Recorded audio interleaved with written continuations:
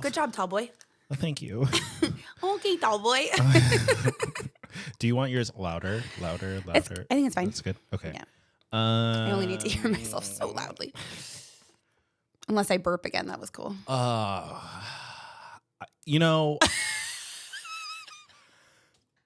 it's still coming completely off. I forgot 100% that I did that. And so. luckily, my headphones, when you burped, they weren't So blasting.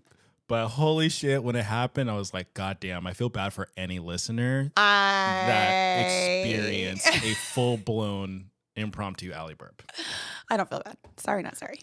Are we recording? Welcome to Weddings Uncensored, where we drink and talk and talk and drink. Woo! I'm Kaiel. I'm Allie, and we are here to break down the good, the bad, and the downright crazy of this whole wedding industry. Cheers! Cheers! Yay! Woo-woo! And today we're talking about timelines. Timelines. The day of timeline, specifically, and how the whole show's gonna run. Yes, and we're talking just as a broad statement. This is not going to be for every wedding. Right. This is how would you explain this? This is an average timeline. The average as in... We're going to talk about mostly a non-denominational ceremony. We are talking about Western traditions. We are not going to get into any very specific religion or cultural things.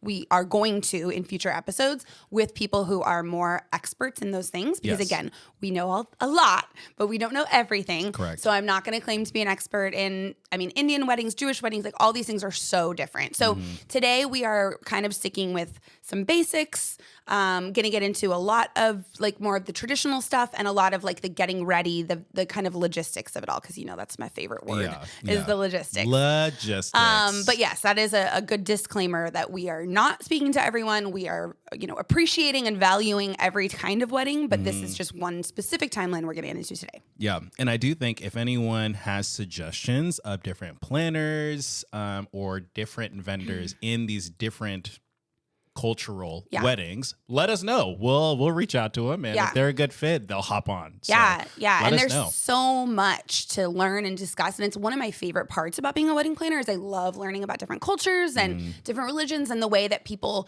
choose to like sprinkle in certain traditions, right? Like we're Jewish, but we're gonna have a Jew-ish wedding. Kind of like wedding. we're gonna, whatever it is, like it speaks to you. I think that's so cool. Yeah. So yes, we will get into all of that. Sounds good. Stuff. I'm going to act as if I'm the couple reaching out to you. Okay. I feel like that would probably flow best, but you do this, as you said, 5 times a week. I do this a lot, building timelines. Well, and I think I just want to start off by saying, I want you to start thinking about your day of timeline early and often. Okay. I think sometimes, we'll have clients, their wedding's a year out, and I'm like, let's talk about your timeline now. A really good photographer or other vendors that you're interviewing should be thinking about that kind of stuff really early too. And so some clients will be like, I don't know. We don't need to worry about this yet. You do. It will make you feel so much more confident when you're booking the rest of your vendors. It will take away the risk of we're 2 months out and I didn't hire the DJ for enough hours. Our staff isn't coming at the right time.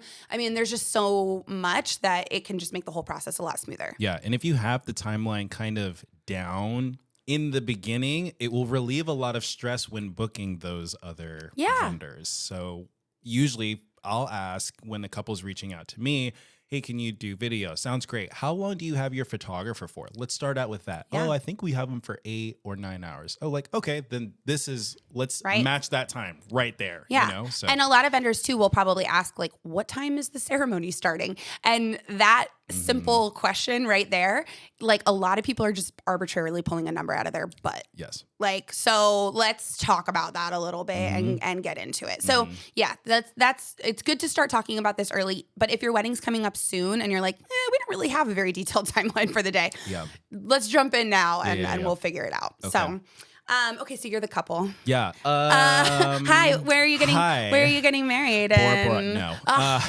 This is not a Bora Bora timeline, unfortunately. I wish. No. Let's say what's Ebell, Long Beach. Okay. We're getting married there. Ceremony and reception are in the same place. Love it. Okay. Because we're going to start simple today. Okay. So I always suggest that when we're starting to create a timeline, I'm going to start kind of in the middle, which is where our ceremony printed invite time is. That might seem in the middle. It's the middle of the day, right? Well, there's from a coordination perspective, there's so much stuff that happens even before the ceremony starting. And middle of the day is not 12 p.m. Well, no, but the middle of of all of the happenings of the day. Yes, exactly. And then I'll work backward from there, and then I'll work forward from there. So always starting with what time is going to say on your invitation of when you want your ceremony to start. And a good general rule of thumb is to base that around sunset. As I'm sure a photo video person could say, how important that is that you have the correct amount of light, that you have time.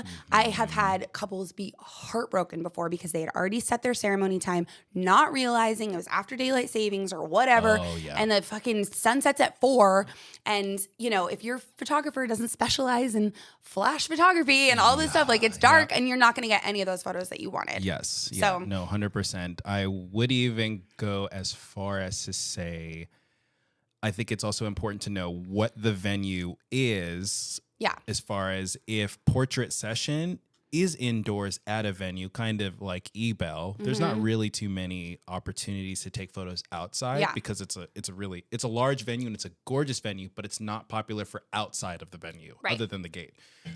So just think when you're contemplating about photo, video, and your ceremony, is it also happening indoors or outdoors? Totally. Yeah. I mean, and do you care? Maybe, whatever. Maybe you don't fucking care. Right. There's so much, I think photo really affects a lot. Like we also want to go and take these beach photos off site before or whatever. Like those are tough. Yeah, that's tough. But building in a lot of wiggle room for that and then considering how the light will be and how much time you need for photos and all of that is a huge piece. So, but we're going to talk general rule of thumb. Yes. 2 hours before the sunset is going to give you a good time. And this is maybe not 100% accurate during like the middle of summer because the sun doesn't set till like 8:30. So you might not want your ceremony to start at 7.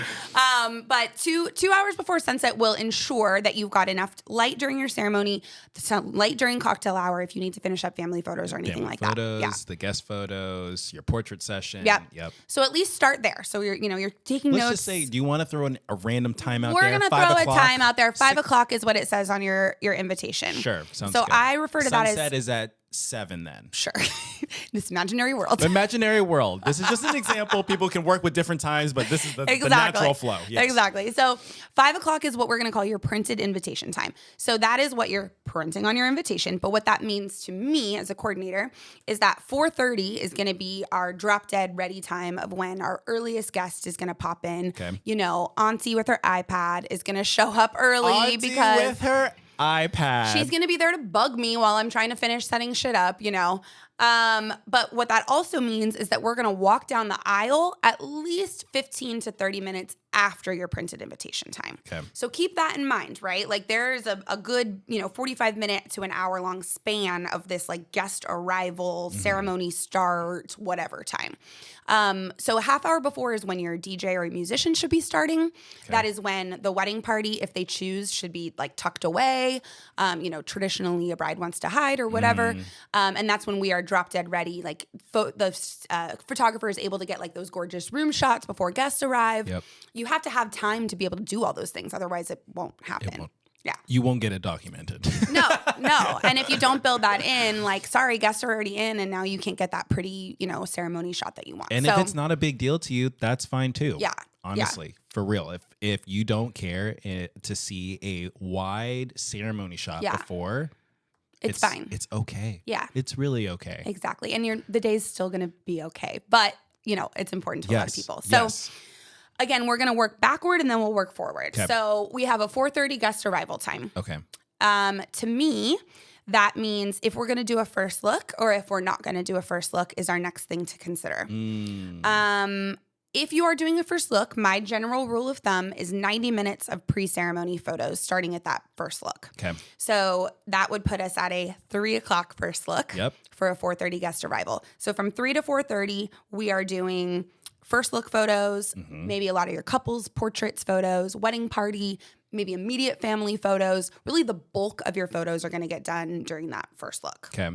So if that means 5, so just to recap so far, I'm going to be recapping a lot. We should be taking notes. Is 5 o'clock start time for the ceremony. 5 o'clock printed invitation time, but we're not actually starting there. Till 5, well, then the actual walkthrough is at 5:15, 5:30-ish. Yep. We're going to go backwards, and we're going to have people 4:30 guest arrival. Around 4:30. And that means going back an hour and a half. We have a 3 o'clock first look time. Correct. Okay. And we should really do a whole episode on like first look looks. or no first look. Yes. And more on photo timeline. Do you want that? You let us know. Yeah. Talk to your photographer and videographer about all of that. But I mean, almost every planner and photographer will try to talk you into doing a first look. Please. Yeah. So that's just a thing. So we're going to assume this is based on a first look kind of timeline, because I would say 90% of my weddings have a first look these days. Yeah. And I always encourage it. Again, it's very much, if you don't want a first look, then guess what? We won't have it. Yeah. Done deal. I'm not going to push it. No one wants to talk you into it. Yeah. But if you ask me,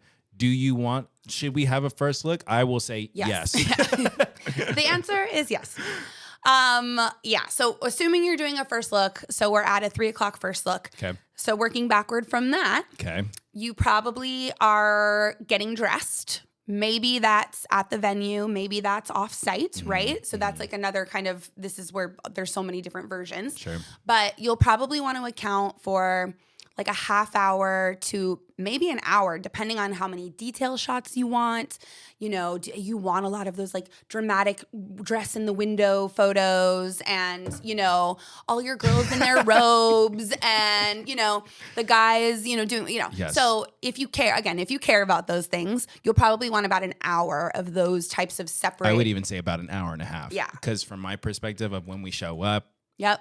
It kind of just like, it's a slow morning typically, and we're not trying to make you feel rushed. Yeah. So that's the last thing we want in the morning, is to make you feel rushed. So I'd rather be there photo video. I'd rather us be there an hour and a half, even 2 hours before, and we're just kicking it. We're hanging out. We're having a good time. Music is playing. We're not rushing. Yep. And it's like, oh, your hair and makeup won't be done for another 30 minutes. No problem. We can go get details. Yep. You just keep doing your thing. Keep having a good time. So we'd rather that. Always build in wiggle room into this timeline, because it seems crazy long, right? So now we're talking about getting ready at 2, and like we're not walking down the aisle till 5:30 with this timeline we're creating right now. But that's just how a wedding day goes. Yeah. And it will ensure you have more photos, better photos, that the day will be less stressful, like that everything just flows a lot better. 100%. So now we're saying you're getting into your wedding outfits at about 2 for our 3 o'clock first look. Okay. For round numbers. Yes. If you want the tail end of hair and makeup being captured, maybe we tell hair and makeup to be done at like 1:30. Maybe 1:15. Maybe 1:15. Again, we're always adding in wiggle room. So again, think about this for a second, right? We're talking about 1 o'clock our hair and makeup being done, and we're not walking down the aisle till 5. Pretty crazy. It's pretty crazy. But this is the type of timeline stuff that we need to think about. Yeah, it's realistic, and it's also the one that's setting you up for success. Yeah. You do not want to be late to anything, and you don't want to feel rushed at any part of the day. Yep. You just don't. I would rather be there, you there, me there, the couple getting married. I would rather be slowly taking my time with vendors, relaxed, having a good time. You have an extra glass of champagne and hang out. Real. Like, it's so much better than the opposite. Yeah, like I would much rather be the groom that's like, oh, our photos are done? Oh, well, we have like another hour and a half. Yeah. Go kick it with I'm gonna go kick it with the boys. Yeah. I'm gonna go down to the bar and have one drink. Well, yeah. I have absolutely seen couples like in tears before the ceremony because they're running so far behind, and just like, it's sad. Remember, anything can happen. Yes. Especially like transportation, right? So maybe you're getting ready at a hotel and you're traveling to the venue. It takes 10 minutes to get there. No. I want you to build it in for 30 minutes on your timeline. Like, whatever it is, someone's got to call the Uber. One of your bitchy bridesmaids forgot her shoes upstairs. Like, 3 of them have to go pee. Yes. Well, everyone's got to go pee all the time. Anytime. At the most inconvenient fucking time, you have to go pee. Every time. Every time. It always happens. It does always happen. Or the family photos. Where's grandma for the one photo that we told her to stay right here? Yep. Well, grandma and grandpa both had to go to the bathroom. They're in the bathroom. You can't even be mad at them because they got to do what they got to do. Okay? Those bladders can't control themselves anymore. my bladder too. I'm not 30. Yes. So if there's like the real world and the wedding world, we want to say in the real world, it takes 5 minutes to put on a dress. In the wedding world, it takes 30 minutes to put on a dress. Like that's just how it is. So yeah, set yourself up for success. So while all this getting ready stuff is happening, there's probably vendor logistics happening, right? So there's like almost 2 simultaneous timelines happening. And if you have a good coordinator or planner, they should be handling a lot of the vendor logistics things. But those are also what you want to include in your day of timeline. So this timeline should be kind of like gritty, nitty gritty. Also gritty. Nitty gritty, litty titty. Exactly. Nice use of the word litty titty. I love that we're expanding your vocabulary here on this podcast. Oh, thank you. So this gorgeous timeline is going to be like minute by minute, and it should be like hair and makeup's done at this time. You know, DJ's loading it at this time, blah, blah, blah, blah, blah, blah. And again, a coordinator or planner will be helping you with that. But if you are just early in your process and kind of trying to like plug these numbers in, it's great to think about all of it early. Yeah. So the last kind of part of the getting ready portion is the hair and makeup. So I would say on general terms, it's 30 minutes per girl per service. Or guy if they're getting their hair and makeup done as well. And so if you're having 9 bridesmaids, that's a lot. 2 moms and 2 of the groomsmen are all getting their hair and makeup done. Like we need to talk about that. Like this is going to take a big ass bulk of your morning. So prepare. Also something you need to talk with your hair and makeup artists, multiple artists about. Yes, because hopefully there's multiple artists coming. Yes. Especially if you got 9 bitches. 9 bitches is a lot of bitches. It's a lot of bitches. And they want to talk about that. Again, so this is why it's important to start thinking about this stuff early. I have so many people that are like, I don't really know if my like bridesmaids want to get their hair and makeup done. I'm like, well, ask them because this is going to affect everything else. Like you can't wait to figure stuff out. Like just do it now. Do it now. Just do it now. Yeah. All it takes is a quick group chat and a text message. And be that annoying couple that's like trying to figure out logistics early because it'll be better. Yep. So your hair and makeup starting at 6 a.m. Photo videos coming in at 1 for our 2:00 first look and that whole kind of timeline we're running in through. Venue opens up at noon for load in to start. When are all those vendors arriving? Is cousin dropping off booze? Whatever it is, all of that stuff should be included. With everything drop dead ready to go 30 minutes before your printed invite time. Yes.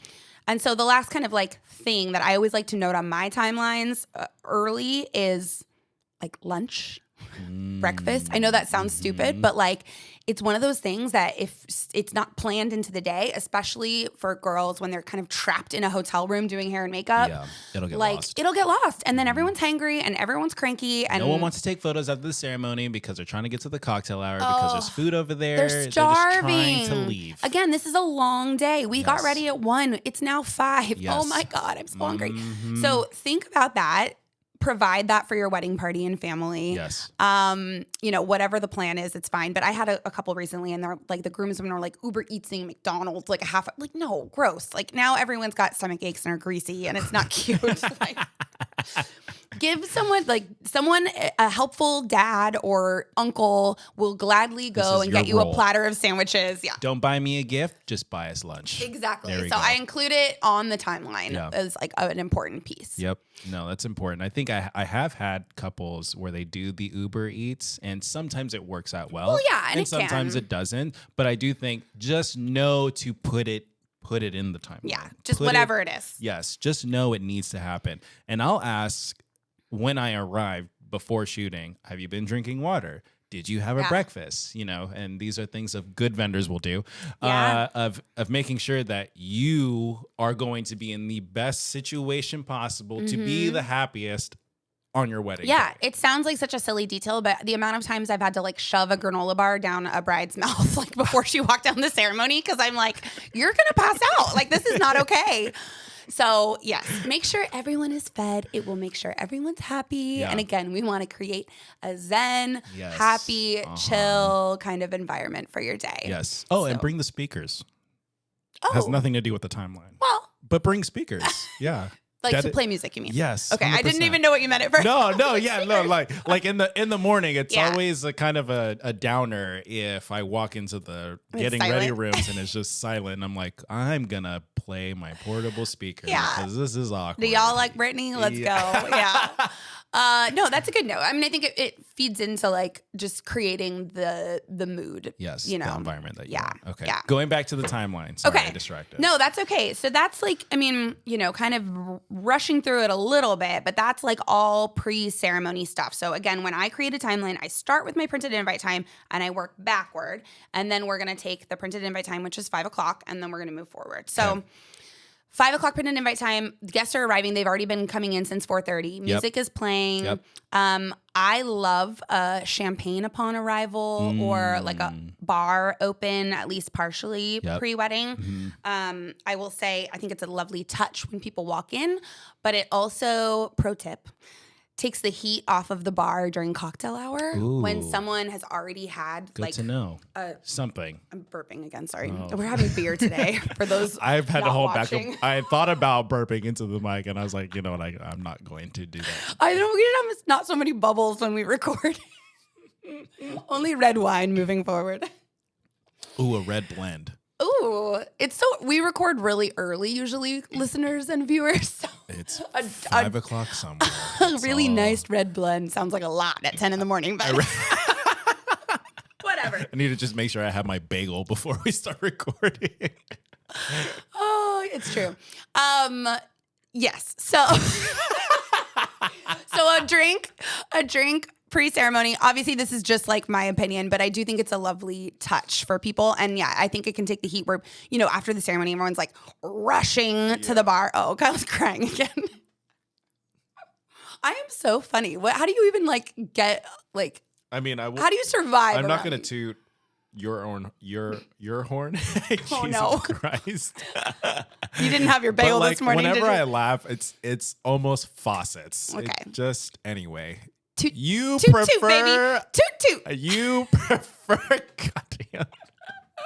You prefer to have a welcome drink because it will relieve the bar during cocktail hour. But that's also just because I'm a boozy bitch. So that's a side note. Anyway, but we are thinking about that timeline-wise because so 4:30 is our guest arrival. We're not walking down the aisle till 5:30. That's kind of a long time for someone who was there on time to be hanging out. So we want to make sure the music's nice. Maybe there's a cocktail. There's at least a water station out for folks. Yeah. This is where your welcome table's ready. Whatever. People are mingling. Yeah.